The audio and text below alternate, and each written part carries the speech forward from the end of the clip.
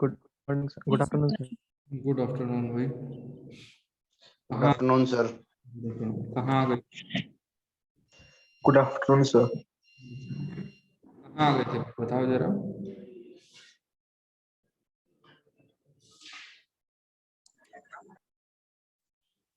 कहाँ तक पढ़ लिया था? आम दोस्त की चिकित्सा करवानी है। क्या करवाना है? आम दोस्त की चिकित्सा। ओके।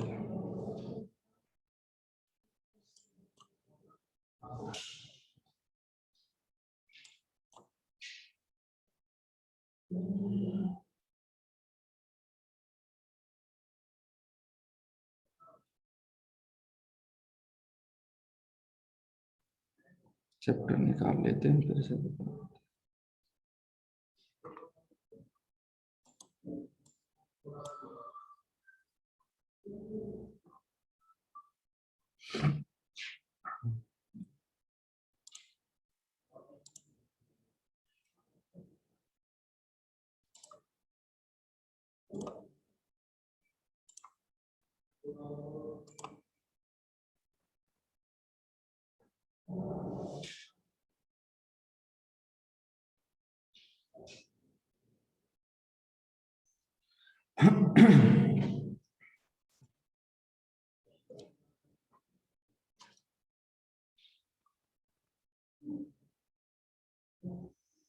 अलसक का वर्णन कर चुके थे, दंडलसक का वर्णन कर चुके थे, आम विष का वर्णन कर चुके थे, आम दोष की चिकित्सा। ठीक है, तो आम का मतलब तो आप समझ ही गए होंगे क्या है। ठीक है, तो उसकी चिकित्सा क्या है? तो लिखा कि यथा आमम अलसी भूतम साध्य तवरितम उल्लेख्यते।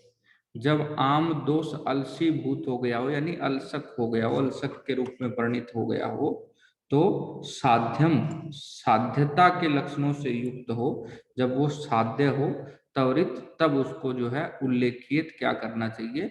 वमन करवाना चाहिए। यानी उसको क्या करना चाहिए? वमन से बाहर निकाल देना चाहिए। यानी जब जो है आम दोष जो है अलसक के रूप में परिणित हो गया हो, तब उसको क्या कराना चाहिए? त्वरित उल्लेखित। उल्लेखित का मतलब होता है वमन, उल्लेखन करवाना, वमन करवाना। ठीक है, तो उसको जो है वमन करवा देंगे। ठीक है, वमन कैसे कराएंगे? पित्वा पिला करके, लिखा ना, स उग्रह पटु फलम वायुर उष्ण योज्यते। ठीक है, अब उससे जो है पटु यानी नमक को बोलते हैं। ठीक है, फल यानी मैन फल, मदन फल को बोलते हैं। वचा सौगर यानी वचा को बोलते हैं उग्रा, उसका पर्याय होता है। तो वचा, पटु, नमक और मैनफल, ठीक है, ये वमन कराने वाले द्रव्य हैं। ठीक है, ये मैनफल जो है वो वमन कराने में श्रेष्ठ है, श्रेष्ठ वामक द्रव्य है। मदन फल, मैनफल, मदन फल भी बोलते हैं इसको। ठीक है, ये वमन कराने में श्रेष्ठ है। तो इसको जो है गर्म पानी में मिला करके पिला देंगे, जिससे शीघ्र ही वमन हो। ठीक है, शीघ्र ही वमन को। तो क्या करा है? वमन कराया है। ठीक है, ठीक है, आपको द्रव्य याद नहीं हो कोई बात नहीं, लेकिन नहीं तो तीन भी याद है, वचा, नमक और मदन फल। इन तीनों को गर्म पानी के साथ पिला देंगे, जिससे वमन हो जाएगा। ठीक है, उसके बाद स्वेदन, स्वेदन करेंगे, उसको स्वेद जनरेट करेंगे, स्वेटिंग करेंगे। फलवर्ती, फलवर्ती देंगे। ठीक है, फलवर्ती का प्रयोग करेंगे। ठीक है, फलवर्ती जो है एनाल रीजन से दी जाती है। वर्ती एक टेबलेट की तरह होती है। ठीक है, मल वात अनुलोमनम, मल और वात अनुलोमन, इनको निकालने वाले जितने भी द्रव्य हैं, जो मल को और अनुपान वायु का अनुलोमन करते हैं, जैसे कि अभ्यहरण है वो मल को भी निकालती है और वात का भी निलंबन करती है, तो उन द्रव्यों को देंगे। ठीक है, तो लिख रखा है कि नाम्य, लिखा कि आगे नाम्य मनानी च अंगानी भृशम स्विन्नानी वेष्टि है। अगर किसी अंगों में जो है नामीन जकड़ाहट आ रही है, झुक रहे हैं कोई अंग, ठीक है, सिकुड़न आ रही है, तो उन्हें क्या करेंगे, भृशम स्विन्नानी, तो जो है उनको पर्याप्त जो है स्वेदन कराकर वेष्टियत कपड़े से कसकर बांध देंगे।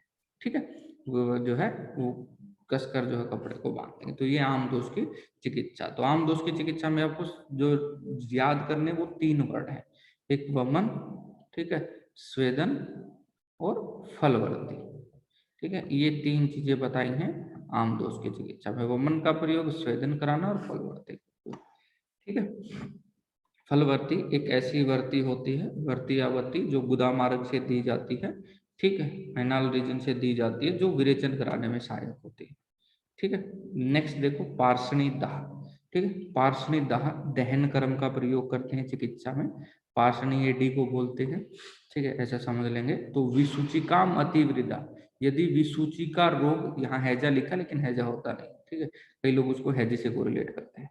विसूचिका अतिवृदम, जब विसूचिका अत्यधिक मात्रा में बढ़ गया हो, पार्षणियों दाह प्रशस्यते, तो दोनों एडियो में जो है वो क्या करना चाहिए, दहन कर्म करना चाहिए। दोनों एडियो में दहन कर्म होता है जलाना, उनको थोड़ी थोड़ी एडियो को जो है वो दहन कर्म जला देना चाहिए। ठीक है, वो दहन कर्म अग्निकर्म बोलते हैं इसको, अग्निकर्म। ठीक है, जिसका आजकल मॉडर्नाइजेशन हो गया, कोटराइजेशन।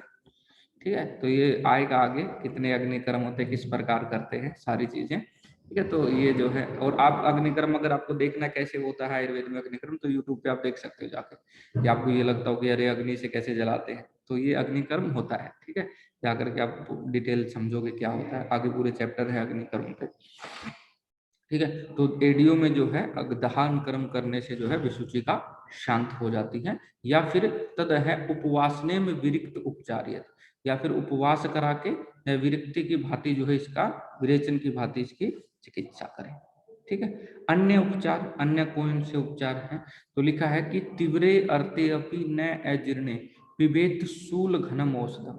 ठीक है, अगर अत्यंत वेदना पर भी न अजीर्ण, अजीर्ण का रोगी हो तो उसे शूल घन औषध का पान न कराएं। क्यों क्यों नहीं कराएं, कोई शूल घनी किसी भी औषध का पान नहीं कराएं, क्योंकि जब उसको भोजन नहीं पचा है तो वो मेडिसिन कैसे बचेगी। तो लिखा कि आम से अन्नो अनलो नालम पक्तु दोष औषधना। ठीक है, तो कहा है, क्या कहा है कि आम आसन, कि आम दोष के कारण अनलो, जठराग्नि जब मंद होती है, ठीक है, पकतु दोष औषध असनम, तो जो है वातादि दोष औषध और असन, असन होता भोजन जो पहले खाए हुए, तो उसके पचाने में समर्थ नहीं हो सकता है। ठीक है, और ऐसा जब वो पचाने में समर्थ नहीं होता है, निहंत्या अपि चेतसाम विभ्रम सहसा आतुरम, सहसा अचानक से आतुर रोगी की, ठीक है, किससे, दोष औषध और भोजन इनका विभ्रम होने से, क्योंकि तीनों एक साथ प्रयोग, पाचन हुआ ही नहीं तो कैसे इनकी आगे वाली एब्जॉर्प्शन होगा, कैसे आगे वाली चीजें होंगी। तो ये जो चीजें हैं ये एक साथ जो है इनका विभ्रम होकर के निहंत्य रोगी को सहसा मार सकती है। तो इसलिए जब अजीर्ण हो तब लिखा है कि आपको औषध नहीं देना। नेक्स्ट देखो जरा, उसके बाद श्लोक नंबर 29, उसके बाद क्या कहा है, जीर्णे असने, भोजन के पच जाने पर भी, ठीक है, स्तब्धतः गुरु उदर, अगर जो उदर है, ठीक है, उदर यानी पेट है, वो अगर स्तब्धित हो जाए, स्तब्ध हो जाए, स्तब्धता हो जिसमें, जकड़ाहटपन हो, ठीक है, गुरुता भारीपन प्रतीत हो, गुरु मतलब भारी होता है, भारीपन प्रतीत हो, तू भेषज युज्जात, तब आपको भेषज का, दवा का प्रयोग करना चाहिए। किस दवा का, दोष शेषस्य, शेष दोष को पचाने के लिए, ठीक है, पाकार्थम अग्नि, और जठर अग्नि, पाकार्थम पचाने के लिए अग्नि संदुक्षणाएं, संदुक्षण होता है प्रज्वलित करना, अग्नि यानी जठर अग्नि को प्रज्वलित करने वाले, और ठीक है, उन औषधों का, औषध द्रव्यों का प्रयोग करना चाहिए। जठर अग्नि को प्रज्वलित कौन करता है, दीपनीय दर, दीपनीय जो दीपन करते हैं, जठर अग्नि को जो है बल देते हैं, उनको पचाने का काम करते हैं। एक पाचन होता है जो सीधा भोजन को पचाते हैं, और दीपनीय जो जठर अग्नि को तिरव करते हैं जिससे भोजन पचता है। ठीक है, पाचन द्रव्य डायरेक्ट जो है भोजन को पचाते थे। तो ये जो है ये बताया गया है कि भोजन के पच जाने पर भी अगर गुरुता हो, स्तब्धता हो, तो शेष दोष पचाने के लिए आप औषध दे सकते हो जो जठराग्नि को तीव्र करने वाली है। ठीक है, अपतर्पण का प्रयोग। ठीक है, अपतर्पण 2 वर्ड होते हैं, एक तो अपतर्पण ये होता है, एक होता है तर्पण। ठीक है, तर्पण मतलब शारीरिक धातुओं की वृद्धि करना, बढ़ाना, ठीक है, शरीर को तर्पित करना। ठीक है, ठीक है, अपतर्पण इसका जस्ट अपोजिट होता है, यानी धातुओं को घटाना, कम करना। ठीक है, यानी जो धातुएं बढ़ी हुई है उनको कम करना। तो देखो इस लिखा है, पढ़ता हूं मैं आपको, शांति लिखा है कि शांति आम विकाराणाम भवति तव अपतर्पणात्। आम विकारों की शांति के लिए अपतर्पण, अपतर्पण का प्रयोग करना चाहिए। तर्पण देखो लिखा है चकाचक भोजन करना, अपतर्पण होता है इसके विपरीत, जैसे लंघन करना, उपवास करना, ये अपतर्पण के। ठीक है, तो उसका प्रयोग करना चाहिए, यानी आपको भूखा रहना या लंघन करना, हल्का भोजन खाना। ठीक है, त्रिविधम त्रिविधे दोषे, इस अपतर्पण का प्रयोग तीनों प्रकार के दोष में, यानी अल्प, मध्य, प्रधान से तत् समीक्षा, इसका समीक्षा करके प्रयोजित प्रयोग करना चाहिए। क्योंकि जितने दोष होंगे, जितने दोषों का बल होगा, उसी हिसाब से तो आप बताओगे कि इतने दिन आपको उपवास करना है, इतने दिन। ठीक है, उसमें बल है ही नहीं, ना तो रोगी में बल है, ना दोष में बल है। उसको बहुत ज्यादा दिन तक लंघन करा दिया तो वो वैसे ही मर जाएगा। ठीक है, तो इसका इसलिए लिखा है दोषे तत् समीक्षा प्रयोजित। ठीक है, तब समीक्षा करके जो है उसका विचार करके उसका प्रयोग करना है। ठीक है, नेक्स्ट, यदि आम दोष, हिंदी में पढ़ लेते हैं चलो। यदि आम दोष अल्प मात्रा में हो तो लंघन उपवास कराना हितकर होता है। मध्यम श्रेणी का हो तो इसमें लंघन के साथ साथ दोषों को पचाने वाले औषधों का भी प्रयोग करना चाहिए। और जब आम दोष अधिक मात्रा में हो तो उसको वमन विरेचन कराएं, क्योंकि यह शोधन क्रम आम दोष को जड़ से उखाड़ देता है। ठीक है, तो लिखा है कि अगर अल्प हो तो लंघन करेंगे, मध्य है तो लंघन के साथ पाचन दे देंगे, वो बहुत अधिक मात्रा में है तो शोधन करवा देंगे, बाहर ही निकाल फेंकेंगे उसको। ठीक है ना, तत्र अल्पे लंघनम पथ्यम मध्य लंघन पाचनम प्रभूते शोधनम तदवे मूलम, लिखा ना, मूल मूल्येत मला। ठीक है, पूरे मूल रूप से उसको जो है उखाड़ देंगे। ठीक है, उसके बाद देखो हेतु विपरीत आदि चिकित्सा। ठीक है, हेतु विपरीत क्या मतलब, हेतु का मतलब होता है कारण, उनके विपरीत। ठीक है, आम दोष आपका हुआ अत्यधिक भोजन खाने से, तो इसका भोजन क्या हुआ, अति मात्रा में भोजन करना। आम दोष का कारण क्या हुआ, अति मात्रा में। तो ये आम दोष का क्या है, हेतु है। हेतु मतलब होता है कारण होना, ये आम दोष का कारण है। और आम दोष का कारण, इसकी चिकित्सा क्या करेंगे, इस हेतु के विपरीत। ठीक है, हेतु क्या है, अत्यधिक भोजन करना, इसके विपरीत क्या हो जाएगा, कम भोजन करना। ठीक है, लंघन करना, तो ये कम भोजन से इसकी चिकित्सा हो जाएगी। इसलिए कहते हैं जो कारण होते हैं उनके विपरीत प्रयोग से जो है वो चिकित्सा होती है, और इसको बोलते हैं हेतु विपरीत आदि चिकित्सा। तो लिखा ना, फिर से हिंदी में पढ़ सकते हैं, श्लोक पढ़ना जरूरी नहीं है। इस प्रकार जवर आदि अन्य रोगों को भी अपने अपने निदान यानी हेतु के विपरीत चिकित्सा करे। ऐसा करने पर रोग शांत न हो, उसे छोड़कर चिकित्सा का यथोचित अवसर देकर व्याधि विपरीत औषधियों का प्रयोग करें। ठीक, या तो आप कर दोगे क्या, देखो 2 चीजें होती हैं। ठीक है, मैं थोड़ा सा आपको समझाने की कोशिश करता हूँ इस लाइन को, तो आप समझ पाओगे चीजों को। ठीक है, तो 1 मिनट,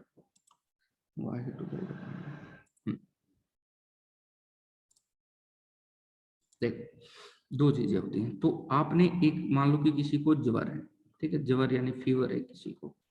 ठीक है, थोड़ा सा लोकल एग्जांपल समझाऊंगा बिल्कुल। ठीक है, वो किसके कारण हुआ, उसने ठंड के कारण हुआ उसको। ठीक है, उसने ठंडी चीजें खाई, शीत के कारण, ठीक है, ठंडी चीजें खाई, उसको ज्वर हो गया। तो पहली क्या है, हेतु विपरीत चिकित्सा। हेतु विपरीत क्या होता है, ठीक है, ज्वर किसके कारण हुआ, शीत के कारण। ठीक है, इसके विपरीत चिकित्सा कर दो। जो हेतु है या तो इसको हटा दो, शीत खाने की जगह उष्ण खाओ तो ज्वर ठीक हो जाएगा। ये शीत के कारण आपको बार बार फीवर हो रहा था या कोल्ड हो रहा था या कुछ भी बीमारी है मान लो। ठीक है, ये हमने एक एग्जाम्पल लिया, तो इस हेतु के विपरीत चीजों का सेवन करा दो, इसके कारण हो रही है इसको हटा दो, इसकी दूसरी चीजें। दूसरा, ये तो आपने कारण पे जो है कारण को हटा दिया या कारण को बदल दिया किसी भी रोग होने के। दूसरा, ऐसी औषधों का प्रयोग करो जो ज्वर को शांत करे। इसको आपने हटाया नहीं हटाया है, ठीक है, जो सीधी ज्वर पे अटैक करे, यानी जो शरीर में बॉडी टेम्परेचर है उसको लो कर, जैसे मुस्ता है, तिक्त द्रव्य जितने भी हैं, ठीक है, जैसे मुस्तक है, परपट है, चंदन है, ठीक है, जो ठंडा होता है, तो इसीलिए ज्वर को कम करेंगे। इसको बोलते हैं व्याधि विपरीत। ठीक है, आपने सीधा व्याधि पे अटैक किया, कारणों पे कुछ नहीं किया। ये सीधे द्रव्य जो है ये ज्वर को ठीक करने वाले होते हैं, इसको बोलते हैं व्याधि विपरीत चिकित्सा। ठीक है, व्याधि के विपरीत हो गई है। ठीक है, व्याधि विपरीत, वो जो दोनों के विपरीत हो वो आएगा नहीं, वो आगे आएगा अगले साल, उसको उभय विपरीत। यानी ये मान लो कि ये चंदन है, ठीक है, या मुस्तक है, ठीक है, इस कारण को भी ठीक करने वाला हो और ज्वर को तो ठीक करने वाला है ही, तो इन दोनों के विपरीत इसको बोलते हैं उभय विपरीत। वो है नहीं, आपके हेतु है विपरीत है और व्याधि विपरीत है, दोनों मैंने आपको समझाया है। ठीक है, इससे आसान नहीं बता सकता कोई भी। अभी भी नहीं समझ आया तो फिर आपको नहीं आएगा। हेतु विपरीत, कारण के विपरीत, व्याधि विपरीत, डायरेक्ट उस व्याधि को जो है ठीक करने वाला है। ठीक है, चलो अब आगे चलते हैं, आगे क्या दिया है देखो नेक्स्ट। उसके बाद क्या लिखा, विपरीतार्थकारी चिकित्सा। ठीक है, विपरीतार्थकारी चिकित्सा। ठीक है, विपरीतार्थकारी चिकित्सा। ठीक है, अर्थकारी क्या होता है, ठीक है ना, विपरीतार्थकारी चिकित्सा। ठीक है, अब थोड़ा सा मैं इसको समझाता हूँ। ये दिखने में तो अपोजिट होती है, ठीक है, दिखने में तो ये अपोजिट होती है, मतलब आप सामने से देखोगे तो उसको आपको ये लगेगा अरे ये तो बढ़ाने वाली है, ठीक है, ये तो रोग को बढ़ाने वाली है। ठीक है, लेकिन उनका प्रभाव जो होता है, उस चिकित्सा का प्रभाव जो होता है वो अनुकूल होता है। ठीक है, वो अनुकूल होता है। जैसे फॉर एग्जाम्पल, ठीक है, आपको अतिसार हुआ, ठीक है, अतिसार हुआ, विरेचन हो रहा है आपको, मतलब अतिसार हो रहा है आपको। ठीक है, अतिसार चिकित्सा है, रोग है अतिसार, ठीक है, जिसको लूज मोशन बोलते हैं जनरली भाषा में। ठीक है, अतिसार हो रहा है, ठीक है, आपने उसमें क्या करा दिया, विरेचन करा दिया। अब देखने में तो ये भी लूज मोशन, आपने ऊपर से ऐसे द्रव्य दे दिए जो अतिसार को बढ़ाने वाले से, तो लूज मोशन बढ़ नहीं जाएगा। ये देखने में अपोजिट लग रहा है एक किस्म से, ये तो बिल्कुल अपोजिट है। लेकिन ये विरेचन क्या करेगा, जो अतिसार जिन दोषों के कारण हो रहा था उन दोषों को निकाल देगा बाहर, जिनके कारण अतिसार हो रहा था। विरेचन तो दोषों को बाहर निकालने का काम करता है, अधोमार्ग से, तो दोष निकाल दिए इसने बाहर, तो दोष बाहर निकाल दिए तो अतिसार, दोष बाहर ही निकल गया, अब अतिसार क्या करेगा, अतिसार ठीक हो गया। तो इसको बोलते हैं विपरीतार्थकारी, ठीक है ना, अर्थकारी, यानी जो देखने में अपोजिट हो लेकिन प्रभाव अनुकूल हो, लिखा ना, तद अर्थकारी। ठीक है, व्याधि विपरीय, व्याधि के विपरीत, निदान के विपरीत लगे जो, ठीक है, यानी उसका स्वभाव देखने में वो अपोजिट लगे, लेकिन उसका जो प्रभाव होता है रोग शांति रूप लक्षण को करने का स्वभाव है, नहीं जो रोग को शांत करे, लेकिन दिखने में वो, जैसे यहाँ लिखा मदात्य में पुनः मद्यपान, जिसको मदात्य रोग हो गया मद्य पीने से, उसको फिर से मद्यपान कराना। जैसे कहते ना विष में विष पान, जहर को जहर काटता है, तो ये विपरीतार्थकारी है। जहर को जहर कैसे काटेगा, वो तो बढ़ाने वाला होना चाहिए लेकिन वो काटता है। इसी प्रभाव को विपरीतार्थकारी बोलते हैं, देखने में विपरीत है लेकिन प्रभाव अनुकूल है, इसको बोलते हैं विपरीतार्थकारी चिकित्सा। ठीक है, हेतु विपरीत बता दिया मैंने आपको, व्याधि विपरीत बता दिया और विपरीतार्थकारी बता दिया, ये तीनों आपको समझा दिए क्या क्या होते हैं। ठीक है, उसके बाद आमाजीर्ण के लक्षण। ठीक है, आमा अजीर्ण के लक्षण, तो अजीर्ण के प्रकार है, तो सबसे पहले जो है आमाजीर्ण बताया है। आमाजीर्ण के, तो ये बहुत इंपॉर्टेंट भी है, आमाजीर्ण क्या होता है क्या नहीं। ठीक है, तो इसको याद करोगे, जिसको श्लोक याद होता है श्लोक से कर लोगे। ठीक है, श्लोक याद करने वालों के लिए भी आमाजीर्ण, आगे जो लक्षण आए हैं अजीर्ण के भेद आएंगे तो आप सब उसको पढ़ोगे। ठीक है, तो सबसे पहले लिखा अजीर्ण च कफ आदना, कफ दोष के प्रकोप से आमाजीर्ण होता है। तत्र सोफ अक्षी गंड, आंखों में और गंड प्रदेश में, गंड प्रदेश गालों को चिक्स को बोला है। ठीक है, इसको, इसमें क्या होता है, ठीक है, इसमें क्या होता है, इसको क्या करोगे तो इसमें शोथ हो जाता है, एडिमा, शोफ मतलब एडिमा हो जाना, इसमें एडिमा हो जाता है, लिखा ना आंखों में। ठीक है, सोफो अक्षी, अक्षी मतलब आंखें, ठीक है, गंड प्रदेश यानी गालों को बोलते हैं, इसमें शोथ हो जाएगा। सद्यो भुक्त इव उद्गार है, तत्काल खाए हुए आहार में इव उद्गार है, उसकी उद्गार आएगी डकारों का आना। परसेक उत्तकलेश गौरव, परसेक का मतलब होता है लाला श्राव होना, ठीक है, लार का उत्पन्न होना, उत्तकलेश जी मचलना, गौरवम भारिता होगी। ठीक है, ये आमाजीर्ण के लक्षण। तो आमाजीर्ण किसके साथ होता है, कफ के साथ। ठीक है, कफ दोष के प्रकोप से आमाजीर्ण होता है, यानी जब अजीर्ण यानी भोजन न पचे और कफ का दोष हो तो आमाजीर्ण होने के लक्षण होते हैं। ठीक है, तो लक्षण क्या है इसके, शोफ अक्षी गंड्यो, ठीक है, अक्षी और गंड प्रदेश में शोथ, सद्य भुक्ति उद्गार, जो खाया है उसी की तुरंत उद्गार आएगी, परसेक लाला श्राव होगा, उत्तकलेश गौरव जी मचलना और गुरुता, ये लक्षण होंगे। ठीक है, उसके बाद विस्तब्धा जीर्ण, ठीक है, लिखा ना विस्तब्धा, वो कब से हुआ था आमाजीर्ण, विस्तब्धा जीर्ण जो है वो वात दोष से प्रकोप होता है। ठीक है, विस्तब्धम अनिल, ठीक है, विस्तब्धा जीर्ण अनिल मतलब वात होता है, तो वात दोष के प्रकोप से शूल विबंध आद्यमान साध कृत है, ये शूल, ठीक है, विबंध विबंध करता है यानी मलमूत्र को रोक देता है, आद्यमान करता है यानी और साध यानी शरीर को ढीलापन करता है, साध का मतलब थकावट, शरीर को थका देता है, बिल्कुल ढीला कर देता है, ये विस्तब्धा जीर्ण के लक्षण है। विदग्धा जीर्ण ये पित्त के कारण होता है, पित्त विदग्धम, तो पित्त के कारण कैसे कैसे लक्षण होते हैं, तृष्णा, प्यास लगना, मोह, भ्रम, अमल उद्गार, खट्टे डकार आना, धावत और जलन होना, ये विदग्धा जीर्ण के लक्षण है। तो तीन बताए, आमाजीर्ण, विस्तब्धा जीर्ण और विदग्धा जीर्ण। ठीक है, ठीक है, उसके बाद देखो इनके चिकित्सा सूत्र, इनका जो है वो चिकित्सा सूत्र आया, इनका चिकित्सा सूत्र आया। तो क्या चिकित्सा सूत्र है, लंघनम कार्ये आममतु, ठीक है, लंघनम लंघन करना चाहिए, कार्य लंघन कार्य, आममतु, आममतु यानी आमाजीर्ण का, आमाजीर्ण में जो है वो लंघन यानी उपवास करे, ठीक है, लघु भोजन करे। विस्तब्धे स्वेदन, विस्तब्ध किसके कारण होता था, किस दोष के कारण था विस्तब्ध, ये देखो ये रहा, किस दोष के कारण था विस्तब्ध, विस्तब्ध किस दोष के कारण था, वात दोष, तो जब वात दोष है तो इसमें लिखा स्वेदन वृषम, उसमें स्वेदन करेंगे। ठीक है, विदग्धे, ठीक है, अगर विदग्ध है, विदग्ध किसके कारण था, पित्त के कारण, तो विदग्ध में क्या करेंगे, वमन करेंगे। ठीक है, विस्तब्धा जीर्ण में जो है वो स्वेदन करना चाहिए और विदग्धा जीर्ण में जो है वो वमन करना चाहिए। ठीक है, यद्वा यथा स्वम हितम होए, ठीक है, लिखा ना, यदाम यथा स्वम हितम होए, तो ये तब तक करना चाहिए जब तक कि जो है समयोग न हो जाए, हित करना हो जाए, यानी पूरी परिस्थिति के अनुसार चिकित्सा, लिखा ना, यद्वा यदा अवस्थम हितम भवे, या फिर जो अन्य लक्षणों की शांति जो है वो यानी सिम्टोमेटिक ट्रीटमेंट करना चाहिए, इसका मतलब ये, ठीक है, हितम लिखा ना, यथा स्वम हितम भवे, कि भाई परिस्थिति के अनुसार यथोचित चिकित्सा करनी चाहिए। तो तीन चिकित्सा आपको मैंने बताई है, लंघन में जो है आम में लंघन, ठीक है, विस्तब्ध में स्वेदन और विदग्ध में वमन करना बताया। ठीक है, उसके बाद जो है विलंबिका एक रोग आता है। ठीक है, विलंबिका क्या है, ठीक है, देखो नाम से होता है विलंब, विलंबिका। ठीक है, तो लिखा है गरियसो, ठीक है, गरियसो क्या होता है, ठीक है, गरी मतलब होता है निकृष्ट। ठीक है, जैसे पंजाब जो यूपी वाले लोग हैं गरियाना, उसको गाली देना बोलते हैं, गरियसो मतलब जो निकृष्ट, ठीक है, निकृष्ट। तो देख लिखा है कि गरियसो लीन, लिखा ना लीन आदेव, लिखा आमादेव विलंबिका, यानी जो आम दोष लीन हो जाता है शरीर में, छिप जाता है, लीन का मतलब लिखा ना जो छिपा रहता है। ठीक है, वैसे छिपा नहीं रहता, लीन का मतलब जो लीन हो गया है। ठीक है, तो जो लीन हो गया है उसको विलंबिका रोग हो जाता है, यानी जो आम दोष जो लीन है, छिपा रहता है, उसी से है विलंबिका रोग होता है ना। गरियसो भवेत लीन आम दोष विलंबिका, कफ वात अनुबंधा आम लिंगा तत् संसाधना। ठीक है, इसमें कफ और वात दोष युक्त आमाजीर्ण के लक्षण होते हैं। कफ और वात अनुबंधा, कफ और वात से बंधे हुए आम लिंगा आमाजीर्ण के लक्षण। अच्छा, आमाजीर्ण के क्या क्या लक्षण है, अभी क्या क्या पढ़े थे, आमाजीर्ण के क्या क्या लक्षण है, बताओ क्या लक्षण है आमाजीर्ण के। ठीक है, बताओ जरा क्या लक्षण है आमाजीर्ण के, क्या लक्षण पढ़े हैं।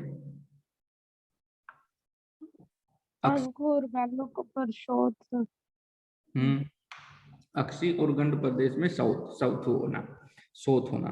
ठीक है, और आर के अनुरूप डकार का आना, डकार का आना, और जी का मल जाना, पढ़े तो उसी में और बताया। शरीर में भारीपन। ठीक है, ठीक है, तो लिखा है कि जो ये विलंबिका है, कफ और वात से दोष से युक्त होकर आमाजीर्ण के लक्षण जो कहे गए हैं वही इसमें लक्षण होते हैं। और लिखा है तत् समाधान, लिखा ना तत्सम साधना, और उन्हीं दोषों के अनुसार उसकी साधन यानी चिकित्सा होती है। ठीक है, उन्हीं दोषों के अनुसार कफ, लिखा ना कफ वात दोष के संबंधित अजीर्णों के समान इनकी भी चिकित्सा होती है। ठीक है, चलो अब उसके बाद देखो चौथा जीर्ण है रसाशेष जीर्ण। ठीक है, रस शेष जीर्ण। ठीक, जब देखो आहार के बाद होता है रस। ठीक है, आहार जब पचता है तो आहार रस बनता है, उस आहार रस से रस धातु बनती है। ठीक है, तो लिखा है कि अश्रिदा हृदय व्यथा, ठीक है, अश्रिदा हृदय व्यथा शुद्धे अप्य उद्गारे रस शेषते शीयते कश्चित देवात्र सरौश्च सरौश्च नासितो दिवा। ठीक है, देखो मैं आपको पढ़ाता हूँ क्या क्या मतलब है। तो पहले समझते हैं कि लक्षण क्या होते हैं। ठीक है, लिखा है कि अश्रद्धा भोजन में अरुचि रहती। ठीक है, तो भोजन में अरुचि रहती, हृदय व्यथा, ठीक है, हृदय में पीड़ा रहती है, शुद्धे अप्य उद्गारे रस शेषत, उद्गार की शुद्धि, ठीक है, सही से नहीं हो पाती ना, शुद्धे अप्य उद्गार, यहाँ तो लिखा कि शुद्धि होना, लेकिन इसका मतलब है कि मतलब उद्गार सही से, उद्गार यानी डकार नहीं आ पाती। शीयते, ठीक है, लिखा है कि शीयते कश्चित देवात्र सर्वोच्च नासितो दिवा। ठीक है, क्या लिखा है कि इसमें आपको जो है शीयते यानी सो जाना चाहिए। ठीक है, इसमें लिखा ना शीयते कश्चित देवात्र सर्वोच्च अन्न अन्न अन्न असितो, यानी बिना खाए दिवा दिन में, यानी बिना भोजन किए बिना कुछ खाए पिए इस दशा में दिन में सो जाना चाहिए, इसकी यही चिकित्सा है। ठीक है, स्यादप्य अजीर्ण, अजीर्ण रोगी को, यानी इस दशा में बिना कुछ खाए पिए जो है, या किसी भी अजीर्ण में रोगी को है, इसके अतिरिक्त कोई भी अजीर्ण रोगी हो उसे भी दिन में सो जाना चाहिए। ठीक है, संजाते बुभुक्षो, जब भी उसको भूख लगे, ठीक है, आद्यम मितम हितकर मात्रा में लघु लघु भोजन का वो इस्तेमाल करें। ठीक है, तो ये रस शेषा जीर्ण के बारे में बताइए, लक्षण है अश्रिधा यानी भोजन में श्रद्धा न होना, भोजन में अरुचि होना, हृदय व्यथा, हृदय व्यथा होना। अब ये डेफिनेशन इन्होंने पता नहीं कैसे लिख रखी है, मैं इससे संतुष्ट नहीं हूँ। जैसे आहार के पच जाने के बाद भी रस का परिपाक न होता, तब ये लक्षण होते हैं। आप समझने के लिए लिख सकते हो कि भाई आहार, हालांकि आहार पाचन हो गया तो फिर या तो ये लिखे कि रस धातु का पाचन नहीं होता, क्योंकि रस धातु पे धातु अग्नि काम करती है, तो उसका पाचन न होने से रस शेष जीर्ण होता होगा। ठीक है, उनका मतलब ये है। ठीक है, लिखा ना कि रस शेषा जीर्ण में आहार के पच जाने पर भी जब रस का परिपाक नहीं होता। ऊपरी डेफिनेशन नहीं बताई गई, इन्होंने टीकाकार ने अलग से जोड़ा है। ठीक है, कि रस शेषा जीर्ण में आहार के पच जाने पर रस का परिपाक नहीं होता, क्योंकि आहार से ही रस बनता, आहार रस, और वो जो है उस पे क्या है, रसाग्नि काम करती है। ठीक है, तो मतलब अपनी अपनी धातु की जब रस धातु बनती है तो उसी की अग्नि काम करेगी, तब आगे वाली धातु बनेगी। ठीक है, तो कहा है कि जब उस रस का परिपाक नहीं होता तब रस अजीर्ण होता है। ठीक है, अजीर्ण का सामान्य लक्षण, अब ये श्लोक याद आपको होना चाहिए। अजीर्ण, जब भी अजीर्ण का क्वेश्चन आए तो सबसे पहले ये लिखेंगे अजीर्ण का सामान्य लक्षण क्या है। ठीक है, कारण लिखेंगे पहले, तो क्या है अजीर्ण के कारण है, फिर लक्षण लिखेंगे, फिर कितने प्रकार का होता है, तो 4 कप आपको बता दिया है। ठीक है, सबसे पहले आमाजीर्ण बताया जो कफ से होता है, विष्टब्धाजीर्ण बताया विषय विष्टब्ध विषय वात, फिर विदग्धाजीर्ण बताया जो क्योंकि विदग्ध होने का काम पित्त का होता है, तो वो पित्तज वाला है। रस शेषा जीर्ण आ गया। ठीक है, इसके लक्षण आ गए, तो 4 प्रकार के ये हो गया। आप इसको डिस्क्राइब कर सकते हो, जीर्ण का बड़ा सा क्वेश्चन इस बार भी आया था, जो लास्ट अभी एग्जाम हुआ था। ठीक है, तो नेक्स्ट देखो जरा, उसके बाद अजीर्ण का सामान्य लक्षण क्या है, विबंध होना। मैंने भी बताया था आपको, विबंध होने का मतलब यानी मलों का बाहर न निकलना, अति प्रवर्ती व अत्यधिक रूप में बाहर निकलना, गलानी होना, मारुत मूढ़ता, वात का मूड हो जाना, यानी वात अनुलोमन न होना, अपान वायु का बाहर निकलना, नहीं निकल पाना। ठीक है, अजीर्ण लिंग सामान्य, ये अजीर्ण के सामान्य लक्षण है। विष्टम्भ होना, ठीक है, आमाशय की स्वाभाविक गति न होना, विष्टम्भित होना, भोजन वहीं का वहीं पड़ा रहना, गौरवम और भ्रम, गुरुता और भ्रम होना। ठीक है, ये क्या है, अजीर्ण का सामान्य लक्षण है। अब इसको श्लोक को आप याद कर सकते हो। मैंने कहा था ना कि सब श्लोक याद करने नहीं लिखे, लेकिन बहुत बहुत इंपॉर्टेंट होता है, जैसे अजीर्ण का सामान्य लक्षण। ठीक है, आप पर कर सकते हो इसको याद। 2 नंबर में पूछ सकता है विदग्धा जीर्ण क्या होता है, 2 नंबर में पूछ सकता है विष्टब्धा जीर्ण, ये बहुत इंपॉर्टेंट चैप्टर है, मैंने आपको पहले भी बताया था। अब अजीर्ण के कि अजीर्ण होता मतलब क्या क्या कारण है अजीर्ण होने के, तो देखो आगे बताएंगे। अब इसको हिंदी में पढ़ लेना है। ठीक है, इसका श्लोक याद करने की कोई जरूरत नहीं, चाहे श्लोक से मत पढ़ो, ये कारण दिए गए हैं। ठीक है, आपको पता होना चाहिए, ये जीके है, जनरल नॉलेज है आपके लिए आयुर्वेद की, कि अजीर्ण के क्या कारण है।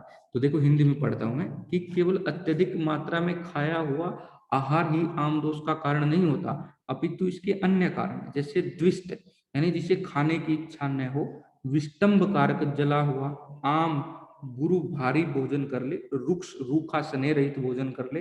ठीक है, शीत ठंडा भोजन कर ले, वासी अपवित्र भोजन जो करे, विधा कारक अत्यंत सूखा, अधिक पानी पीने से अथवा थोड़ा जल न पीने से, थोड़ा भी जल न पीने से खाया हुआ भोजन नहीं पचता है। बड़ी देर से भूख लगने के बाद खाया हुआ भोजन भी नहीं पचता है। क्रोध, शोक और आदि से पीड़ित होने के बाद भी खाया हुआ भोजन नहीं पचता। देखो इनके साथ साथ इन्होंने मेंटली कंडीशन को भी इन्वॉल्व किया है कि आप शोक में हो, क्रोध में हो तो खाया हुआ भोजन आपको पचेगा नहीं। ठीक है, तो इसलिए बताया है, ठीक है, कि भाई अजीर्ण का एक ही कारण नहीं है जो अधिक भोजन करना, जो ऊपर बताया, ये भी कारण है। ठीक है, भले आम कच्चा भोजन आप कर लोगे, अपवित्र है, विधा कारक, अत्यधिक सूखा, ठीक है, अत्यधिक पानी पीने से या थोड़ा भी जल न पीने से, इनसे भी जो है अजीर्ण हो सकता है, भोजन नहीं पच सकता इनसे भी। ठीक है, नेक्स्ट देखो जरा, उसके बाद क्या लिखा है। उसके बाद 4 डेफिनेशन आई है और ये डेफिनेशन भी बहुत इंपॉर्टेंट है। ठीक है, 4 डेफिनेशन है, इनके श्लोक आप याद कर सकते हो। देखो ठीक है, दोनों के लिए सुविधा है, जो श्लोक याद नहीं कर सकता कोई बात नहीं, वो हिंदी में याद करे। ठीक है, जितना ज्यादा याद करने की कोशिश, और याद रहे हिंदी में आप मतलब लेमैन वाली लैंग्वेज यूज नहीं करोगे। ठीक है, बिल्कुल ऐसे नहीं कि जो समझाने के लिए कई बार यूज की जाती है। ठीक है, अब शोक को समझाने के लिए उसको शोक ही लिखोगे, ऐसे नहीं कि भाई, ठीक है, क्रोध, गुस्सा, गुस्सा नहीं लिखोगे, उसको क्रोध लिखोगे।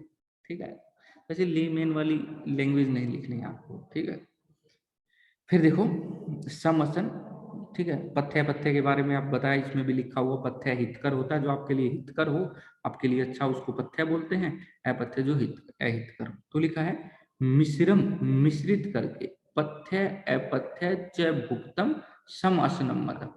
समअसन क्या होता है, जिसमें पथ्य आपके लिए जो हितकर हो, अपथ्य अहितकर, दोनों प्रकार के भोजन को मिलाकर जो खाया जाता है उसे समअसन कहते हैं। निसमअसन में क्या है, पथ्य और अपथ्य आपके लिए हितकर और अहितकर दोनों चीज मिली हो, उसको समअसन बोलते हैं। ठीक है, फिर लिखा कि विद्यात अध्यसन। अब अध्यसन किसको कहते हैं, भूयो भुक्तो उपरी भोजनम। ठीक है, भूयो यानी जो आपका भोजन है वो पचा नहीं और फिर से आपने पुनः भोजन कर लिया हो, इसको अध्यसन कहते हैं। ठीक है, यानी पहले वाला तो आपको पचा नहीं और फिर से आपने जो है वो पुनः भोजन कर लिया, उसको क्या बोलते हैं, अध्यसन बोलते हैं। ठीक है, फिर नेक्स्ट देखो, अकाले, अकाल में, बहु बहुत ज्यादा, च अल्प कम, व भुक्तम खाया गया, तू विस्मासन, वो विस्मासन होता है। यानी असमय में, बिना समय के, या फिर मात्रा भी है और टाइम भी है। अकाले मतलब बिना समय के आपने कोई भोजन कर लिया और ज्यादा और कम कर लिया, उसको विषम आसन बोलते। तो विषम हो गया ना, तो विषम आसन। ये तीनों चीजें, त्रीणी अपेतानी मृत्यु व घोर व्याधि सर्जयंती, ये तीनों प्रकार के भोजन घोर यानी कष्टकारक रोगों को उत्पन्न करते हैं, इवन मृत्यु तक कर देते हैं। ठीक है, तो इसलिए जो है 3 डेफिनेशन है, आपको एक एक नंबर, दो नंबर में डाल सकता है, या इकट्ठा पूछ सकता, इकट्ठा तो नहीं पूछेगा, ये 2 नंबर में ही आएगी, या 1 नंबर में। समसन क्या होता है, अध्यसन क्या होता है, विस्मासन क्या होता है। ठीक है, तो एक एक लाइन का श्लोक है। पहला श्लोक, मिश्रम पथ्यम अपथ्यम च भुक्तम समसनम मतम, ये समसन का है। दूसरे वाला अध्यसन का है, तीसरे वाला विस्मासन का है। 3 हाफ है ना ये, 33 वाला 34 में 2 है। ठीक है, तो उतना ही, उतना याद करना। जब 2 नंबर में आए तो श्लोक लिख के अगर नीचे उसकी बात लिखोगे, हिंदी लिखोगे, तो आपको पूरे 2 के 2 देगा, नहीं तो फिर वो 1 देके अगर हिंदी हिंदी लिख दी, जैसे बहुत छोटा क्वेश्चन है तो उसमें श्लोक याद करना चाहिए। अब शास्त्रीय भोजन विधि, अब ये तो मुझे नहीं पढ़ाना चाहिए, ठीक है, कैसे आप भोजन करोगे। ठीक है, ये तो आप बढ़िया से घर से पढ़ के आना, घर से बैठ के पढ़ने की चीज है। ठीक है समझ गए ना, शास्त्रीय भोजन विधि, कैसे शास्त्रों में भोजन की विधि बताई है, अब ये घर से पढ़ के आओगे, मेरे पढ़ाने लायक नहीं है। ठीक है, ताज्य भोजन ये पढ़ा देता हूँ कि कौन सा भोजन आपको नहीं खाना। भोजनम तृण केशम, जिसमें तृण, तिनके पड़े हो, केश बाल बूल पड़े हो, उष्णी कृतम पुनः, फिर से जो उष्ण किया गया हो, देखो जो आप ओवन का प्रयोग करते हो, मना किया गया सब, उष्णी कृतम पुनः, फिर से जो गर्म किया गया। ठीक है, एक बार ठंडा हो गया फिर से गर्म हो गया, वो नहीं खाना चाहिए।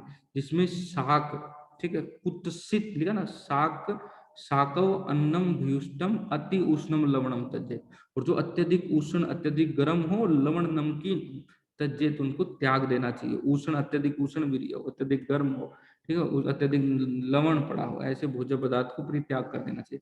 लवण का मतलब जिसमें लवण रस ज्यादा, जो ज्यादा नमकीन, उसको कौन सा नहीं खाना चाहिए, असेवनीय आहार मतलब जिनको रोज नहीं खाना चाहिए। असेवनीय का मतलब ऐसे नहीं कि कभी नहीं खाना चाहिए, जिनको रोज नहीं खाना चाहिए। ठीक है, अब देखो क्या लिखा है, किलाट, दधी, कुर्चिका, छार, सुक्त, कच्ची मूली, कृष्ण प्राणी का मांस, सुखाया हुआ मांस, ये सब हिंदी में पढ़ लो।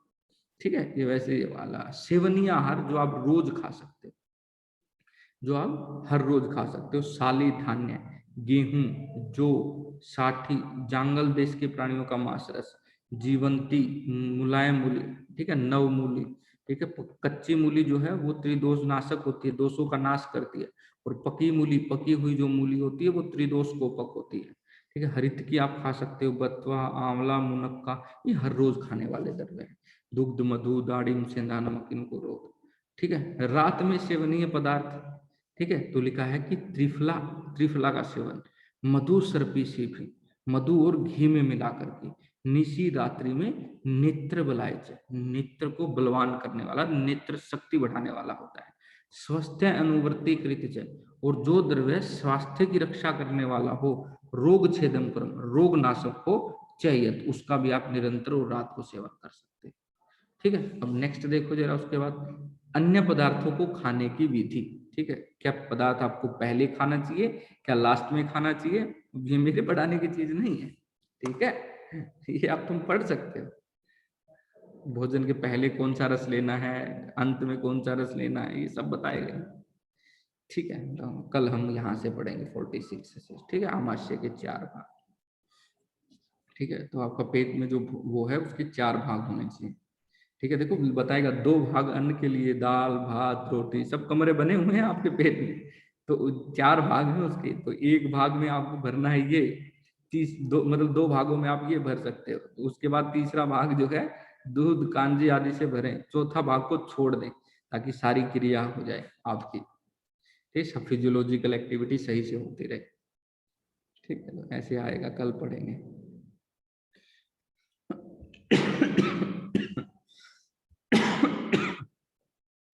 ठीक है, उसके बाद फिर अनुपान पढ़ेंगे। अनुपान का मतलब पीछे पीछे से जो चीजें पीते हैं। ठीक है, ये कल से पढ़ेंगे। ऐसे मैं बता रहा हूँ आपको, अभी पढ़ा नहीं रहा हूँ, समझा रहा हूँ। अनुपान, जैसे खाना खाने के बाद हम दुग्ध पीते हैं तो दुग्ध अपना अनुपान हो गया।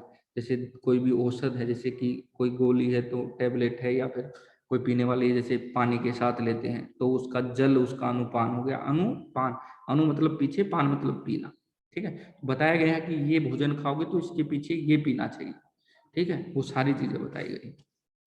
कुछ एस्पेक्ट छोड़ा नहीं है रोगों को करने के लिए, रोगों को नाश करने के लिए। नहीं करोगे तो इम्यूनिटी कमजोर पड़ जाएगी, जो रोग आपको हो रहे हैं आजकल। ठीक है, अब बच कौन रहा है, जिसकी इम्यूनिटी सही है, जो ठीक से पालन करता है सब चीजों का, जिसको कोई दूसरा रोग नहीं है। कोरोना में कौन बच रहा है? मॉडर्न साइंस फेल हो गई ना, हाथ खड़े कर दिए, कुछ है ही नहीं हमारे पास। बाद में वैक्सीन बनाएंगे, देखेंगे क्या रहेगा क्या नहीं। लेकिन बचा तो क्या, जिसकी इम्यूनिटी स्ट्रोंग है। ठीक है, जो सब नियमों का पालन, इम्यूनिटी किसकी स्ट्रोंग होगी, जो आहार विहार का अच्छे से पालन करेगा उसकी स्ट्रोंग होगी, उसी पे तो डिपेंड करती है। ठीक है, तो सारी चीजें तुम कितने भी घूम के, कितने भी मॉडर्न, कितने भी कुछ कर लो, आपको लौट कर आना पड़ेगा जो आपके शास्त्र में मूल सिद्धांत दिए। ठीक है, जैसे जो लोग भगवान पाने के लिए खोजते हैं, ठीक है, भगवान पाने के लिए जाते हैं, ठीक है, जो लोग महात्मा बनते हैं, उनको लौट कर आना पड़ता है उन्हीं वेद और शास्त्रों पे जिसमें बातें कही गई हैं, सही बातें कही गई हैं। ठीक है, कई लोगों ने तो उसको एक्सप्लेनेशन गलत कर दिया, इसलिए कई वेद और पुराण जो है वो गलत लगने लग जाते हैं। ठीक है, लेकिन उनको उन्हीं समझो पे लौट के आना पड़ेगा। ठीक है, तो मॉडर्न मेडिसिन कितनी ही उन्नति कर ले, ठीक है, लास्ट में आना पड़ेगा आपको लौट कर मूलभूत सिद्धांतों पर। ठीक है, हम तो नुकसान करते हैं। ठीक है, अब जैसे हम लोग घर बनाते हैं आजकल, पहले वाले घर जो हैं वो मिट्टी के, चूने के और जो घास फूस है उसके बनते थे। उसमें वो क्या होते थे, सर्दी में गर्म रहते थे और गर्मियों में ठंडे रहते थे। आज भी देखोगे अगर आपका कोई पुराना घर है या पुराना कमरा है, वो गर्मियों में ठंडा रहता है। ये उसका रीजन था। ठीक है, लेकिन आजकल क्या करते हैं, हम बहुत सारे शीशे लगा देते हैं, पहले की भाई अंदर वाली जो हीट है वो बाहर न जा पाए। और फिर पहले तो गर्म हम ही करते हैं, फिर उसको ठंडा करने के लिए एक और एसी लगाते हैं। तो ये जो अपनी नई चीजें हैं उसमें सभी चीजें गलत नहीं है, लेकिन कुछ चीजें गलत है। ठीक है, अगर आपको सभी चीजें सही करनी है तो आपको फिर से लौट के वापस आना पड़ेगा। ठीक है, तो आप अटेंडेंस भेज देना। ठीक है, अटेंडेंस भेज दो, स्क्रीनशॉट खींच के आपकी अटेंडेंस लग जाएगी। ठीक है, 36 लोग हैं, भेज दो।